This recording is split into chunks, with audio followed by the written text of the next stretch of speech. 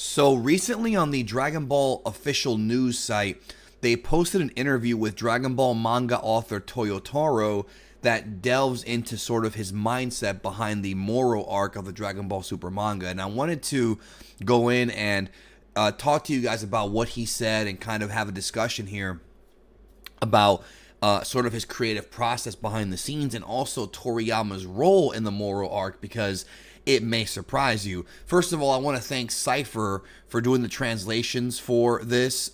Cypher is Japanese certified N1, so congratulations to him for that. So he is, maybe not as experienced as Herms was, but he's definitely on the level as far as having the highest degree possible for Japanese. So this is going to be an accurate translation. So let's get right into it here. I'm going to go through his translation and kind of give you all my thoughts on what Toyotaro is saying. He begins by saying Toyotaro describes the planning of the arc as cooperative between him and Toriyama and attributes some of the as of yet unrevealed plans regarding a new character secret to Toriyama. So he's got a character in the works, a new character that Toriyama does not know about, and that tells me a lot of really interesting. There's some interesting stuff here, guys, because it looks like there's stuff coming up. Like, people thought this arc was going to end a while ago, and we've had it now for a year, and there's more to come. And it's interesting because he's saying there's a new character. Or I'm sorry, he actually says unrevealed plans regarding a new character secret. So I guess it's more so that it's not a new character, but it's plans for a new character. So it could be Miras or Moro, or it could be the reveal of Miras being an angel, which we've talked about a lot recently. I don't know yet, but we'll see. But it looks like he's kind of taken the ball here with the story from Toriyama. It feels like for this arc, instead of Toyotaro kind of drawing Toriyama's vision, or at least, a cooperation of what the vision was, for this arc, it looks like Toyotaro is coming up with most of the stuff and Toriyama's approving it. That's what it sounds like to me. So let's keep going here. Cypher goes on to write, since Jocko uses a bit of classical alien design, Toyotaro wanted to give Miras, a somewhat retro look as well. He thought the silver-colored bob cut might help invoke that. No, brother, all it did was invoke us laughing at that terrible haircut, so that didn't work. But Toyotaro himself has a very bad haircut, so I guess they're probably in the same boat here. Also, since he wanted him to be popular, he opted to make him a bit of a pretty boy. Differently structured ears are a traditional way to let alien designs stand apart, but since the Galactic Patrol cover their ears with communication devices, he opted to make the nose a bit sharper instead. So that's just more so design stuff. I don't think it's really anything, anything that's too groundbreaking here. Although Jocko is actually naked under his jacket, Toyotaro clarifies that Miras is actually wearing a suit. The lines on the suit are meant to invoke the look of a tracksuit and make the design feel a bit more old-fashioned as well. Moro, he wanted to feel completely evil, a guy who, just like Piccolo Daimao, you could look at and instantly feel he has to be defeated. He didn't want to leave the feeling that this was a villain who might end up becoming an ally afterwards. So that's a good little thing. I kind of knew that was going to be the case here, because when you look at guys like Jiren and Hit and Broly, the new Broly, the rebooted Broly, they're going to probably end up becoming allies, or at least, neutral with Goku. But Moro's over here having a war with the celestial beings, with the gods, and I just don't see this guy ever being good. And this is clarification right here that Moro's not going to be a good guy. Piccolo Daimao never turned good. It was Piccolo Jr., Ma Jr. that turned good, the reincarnation of Piccolo. But the original Piccolo was pure evil, the evil side of Kami. And that's how it is with Moro, that this guy is just a prick and he's never going to turn good. Even Frieza had his moment of working with Goku once during Tournament of Power, but he's still evil. But this guy Moro will never do any of that stuff, according to what Toriyama says here, but who knows. To accomplish this, he based Moro's design off of Western-style demons and gave him a cloak invocative of his Grim Reaper.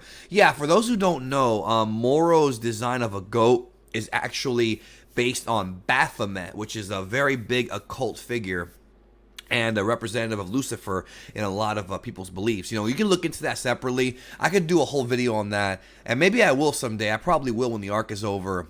Whether or not it gets adapted to the anime, we'll wait and see. But Moro is definitely based on Baphomet. And if you Google Baphomet, you'll see the picture That's for sure where he got the idea from. And I kind of knew that from the get-go.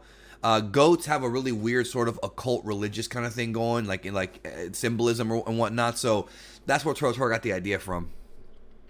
The horns are the most difficult part of drawing Moro for him. Unlike a normal goat's horns, they curl upward at the end. Even though he designed Moro himself, he kind of regrets that one element. That's kind of like when Toriyama said that he regretted drawing so many spots on Cell. I thought that was kind of funny. And by the way, there was this really stupid rumor that the reason why Cell hasn't been brought back is it's too hard for the animators to draw the spots.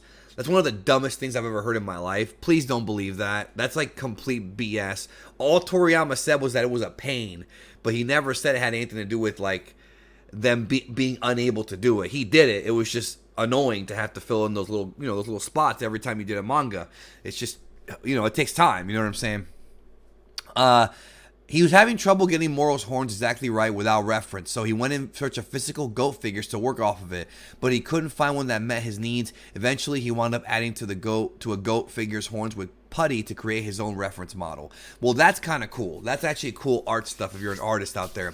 So he asked if there are any characters he wants the readers to pay special attention to. In Volume 11, he points to the two varieties of Yardratians. So the Yardrats are going to have a big role coming up. And again, we're going to talk about the Yardrats here in a second. He goes on to write, since there were two separate designs in previous material, one which debuted in the anime and a cuter one designed by Toriyama a while back, he was at a loss for which to include. Ultimately, he decided that to use both after a talk with V-Jump editor Victory Uchida, who is also V-Jump mascot character, long story. Just as there are many different races on Earth, he figures there shouldn't be an issue to have different variations of one species on Yardrat, and that does make sense. The Yardrats that we saw in Dragon Ball Z, that was a Toei animation design. Toriyama would later on draw his own version of Yardrats for Dragon Ball Online, because the Yardrats were never in the manga. We heard about the Yardrats. The Yardrats existed, but Toriyama never actually drew the Yardrats for the manga. Then, many years later, when Online came out, Toriyama drew the Yardrats in his own version, and they were totally different. And if you've read the Dragon Ball Super manga, you know that Toyotaro put both of them in there, and that's a good idea. I mean, it's true. Like, not everybody on the planet has to look the same. I mean, we all look different here on this planet. Plus, in Dragon Ball, you have, like, anthropomorphic people, too, so it's very smart for them to have done that. So moving on, Cypher writes, as you get into the action parts of the stories, there's a tendency to make everything more serious, which could have resulted in the Yardratians having a more rugged, typically sage-like characteristics, but he resisted the temptation in favor of including some typical Dragon Ball cuteness. It's classic Dragon Ball. He views the innocent-looking Yardratians and their role as acting almost like a breather between action-heavy pieces of the story, an element he thinks makes the series more enjoyable. Also, over on this tab this is the actual interview from the Dragon Ball news site. I mean, it just came out like today, like late last night, for those of us in the West. There's the goat models that Toyotaro was talking about that he used to help make the face. Large collection of manga here, classic Dragon Ball Tankobon manga and Toyotaro's figurines. See, that's what I've been trying to tell you all this for a long time. Toyotaro grew up a fan of Toriyama. He was a Dragon Ball fan, still is a Dragon Ball fan, and now he's getting to work side by side with him. Go watch my video, The History of Dragon Ball AF, and we go into this in explicit detail.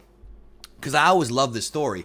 Whether or not you like Toyotaro is irrelevant, because I also don't agree with the stuff he does in the manga all the time. But he is a fan who worked his way up to actually working with the man himself. And that's great. That's a great inspirational story. So if you're out there and you want to be an artist, you never know what's going to happen with your career.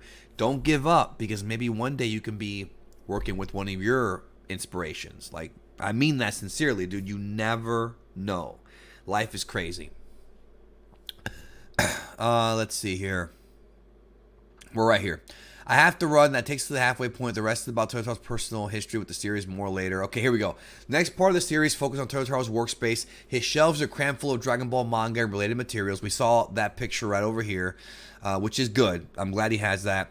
He keeps the Dragon Ball manga within easy reach. It's the same set he bought in elementary school, so he isn't sure how many times he's read it. That's pretty cool. He kept his original volumes. One of his stress releases during the busy periods is figures. He always reserves new SH Figuarts releases. He'd like to collect other figures too, but once you start, it becomes too many to deal with, so he holds off. And that's right here. The dude has a lot of toys. He couldn't help himself with the HG Ginyu Force release, however. The interview highlights some other items in Toyotaro Studio, including a muscled anatomy figure and left hand half glove Toyotaro made himself to avoid dirtying his manuscripts while drawing. He's left-handed. No commentary on them is actually accredited to Toyotaro. So this is this and this. So this is what he wears to not dirty up his studio. Very interesting. And there's that shirt with the wacky colors. Let's keep going here. He uses a Palmera digital memo pad to write his scripts. He likes it because the battery lasts a long time. He allows him to do some work outside of his studio. I mean, that's all kind of cool information. I'm probably going to leave a link to this thread so y'all can read it on your own time, because not everything here is relevant to Dragon Ball. He talks about, I'm trying to see if there's anything else interesting here. The Dragon Ball Super materials are on his desk, and then all he talks about basically is just the plug for Volume 11, which comes out actually this week in Japan. We're not going to get the Viz version of the manga for a while of this volume, but it's Volume 11 of the Dragon Ball Super manga. It's coming out, and he says that he wants fans to continue enjoying the stories until the heroes and Moro's next confrontation. So that's pretty cool, yo. Let's see if we can see that. There's the computer, there's the pad that he was talking about, there's his office right there, and there's Moro. So yeah, I like these interviews. I'm very happy Toyotaro's in there. Interesting that he's actually gotten more power, I guess you can say, or more control over this arc. It makes me wonder if they're going to adapt that into a movie or a TV series, or if they'll do something else, or if they'll recap it. I wonder if Toei and Shueisha are positioning Toyotaro to be the next guy to continue Dragon Ball. I don't know. I don't think he's the guy. I think Dragon Garo Lee is better, but at the same time, let's wait and see what happens, because I'm just guessing. I don't know for sure. Thanks again. Hope you have a great day. Remember to take care of yourself and each other, and yeah, talk to you soon.